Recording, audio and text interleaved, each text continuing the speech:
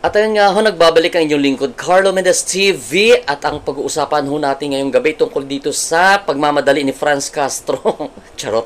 Pagmamadali ni Franz Castro sa paglilitis sa impeachment complaint ni VP Sara. Ako lang ho nagtataka talaga guys no kung bakit nagmamadali ito si Franz Castro na umpisahan na ng Senado ang impeachment trial dito kay Vice President Sara Duterte.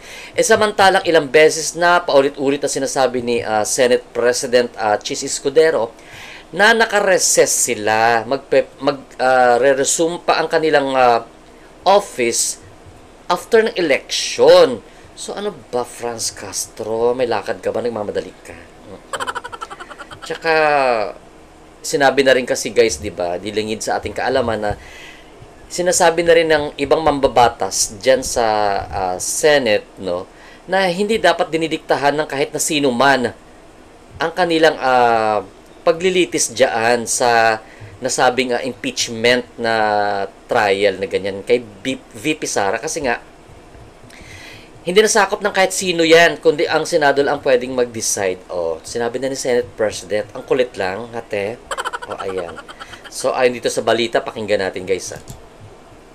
Ni Representative Franz Castro na dapat nang simula ng Senado ang impeachment trial ni Vice President Sara Duterte alinsunod sa konstitusyon.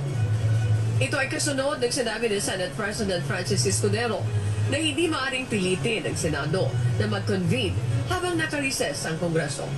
Samantala, binigyan diin ni Senator Cynthia Villar na hindi maaaring diktahan ng Senate President ang mga senador sa proseso ng impeachment. Diba?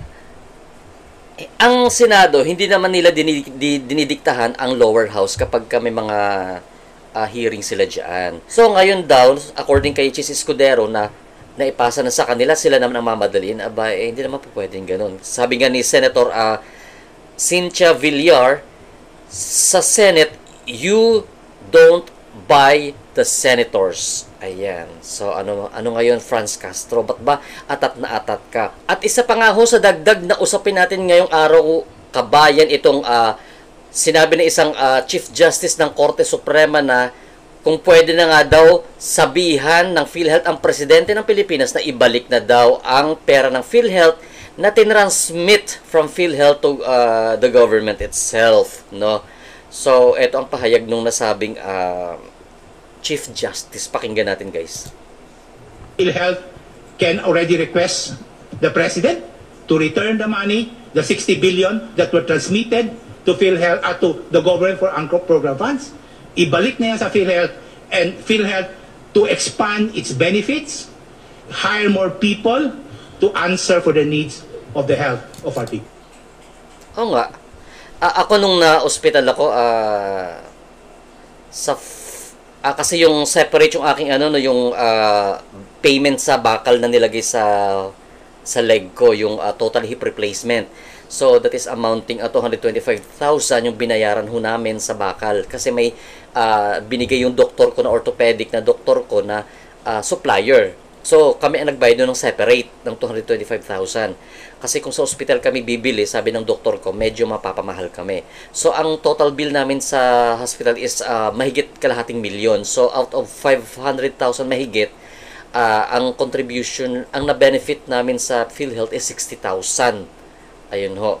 So, awan ko lang sa iba kung na-benefit nyo rin yan. So, kung hindi, kung merong iba dyan na nahihirapan nga na ma-benefit yung kanilang mga na-contribute na ho sa PhilHealth, talagang dapat nga lang talaga na ibalik na ng government ang pera doon sa PhilHealth para ma-facilitate na ma-i-distribute na doon sa mga nangangailangan ng mga kababayan natin. Kasi pera naman natin talaga yun. Pera ho yan ng taong bayan na contribution nila para kapag sila ay nagkasakit, magagamit ho nila, mabe-benefit nila. So, yan lang ho. So, isa itong mga sunod-sunod na pangyayari sa Pilipinas, kabayan. Kaya nga, ang sinasabi ko dito sa Carlo Mendez TV, dapat hindi talaga minamadali ang impeachment ni VP Sara kasi nga wala sa quorum ang Senado kung magpupush sila ng impeachment trial ni VP Sara.